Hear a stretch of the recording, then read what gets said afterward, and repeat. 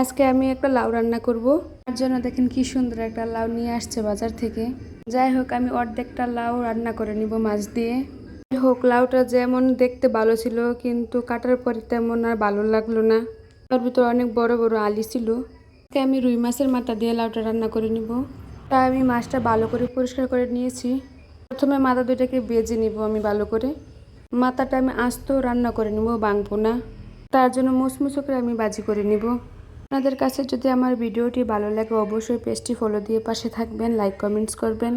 আমার মাছটা ভাজি হয়ে গেছে, তারপর তেল যতটুকু বেঁচে ছিল তো ওই কড়াইতে ঢেলে দিলাম। তারপর আমি সব ধরনের মশলা আগে থেকে ভিজিয়ে রাখছিলাম একটু পানি দিয়ে। মরিচটা ভালো করে কষানোর পর তারপর লাউটা দিয়ে দিব। আমি লাউ কিন্তু কাঁচামরিচ দিয়ে রান্না করছি এবং সব সময় আমি কাঁচামরিচ বেটে রান্না করি। কাঁচামরিচ দিয়ে রান্না করে সুন্দর একটা কালার আসে, দেখতে আমার কাছে অনেক ভালো লাগে। লাউটা ভালো করে সিদ্ধ হওয়ার জন্য ডেকে দিব আমি এখন। হালকা সিদ্ধ হয়ে গেলে তারপর পানি দিয়ে দিব। একটু বেশি করে পানি দিয়ে ভালো করে সিদ্ধ করে তরকারিটা নামিয়ে নিব। একই সময় আমি মাথাটাও দিয়ে দিব মাছের। বেশি নাড়াচাড়া করা যাবে না, মাথাটা ভেঙে যাবে, যার কারণে কাটা বের হবে, তা খাইতে অসুবিধা হবে। যাই হোক, খুব সাবধানতার সাথে নাড়াচাড়া না করে তরকারিটা আমি রান্না করে নিব।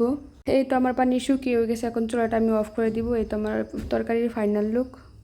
তো কাঁচামরিচ দিয়ে রান্না করছি, কালারটা কি সুন্দর হয়েছে মাশাআল্লাহ। যাই হোক, তরকারিটা রান্না করা শেষ। এখন আমি পাট শাক ভাজি করে নিব। তার জন্য আমি কিছু পেঁয়াজ রসুন কুচি করে নিচ্ছি, তারপরে এগুলো তেলে ভেজে নিচ্ছি। পেঁয়াজ রসুনের কালারগুলো যখন ব্রাউন হবে তখন আমি পাতাগুলো দিয়ে দিব। পাতা দেওয়ার সাথে সাথে একটু লবণও দিয়ে দিব। এই পাতাটা তুলে শুকাতে হয়। এগুলো অনেক দিন পর্যন্ত সংরক্ষণ করে রাখা যায়। করে পাতা ভাজি করে নিচ্ছি, একটা বক্সে ভরে নিব, আমি কয়েকদিন খাবো। এই তো দেখেন আমি বক্সে ভরে নিচ্ছি। সবাইকে অসংখ্য ধন্যবাদ আমার ভিডিওটি দেখার।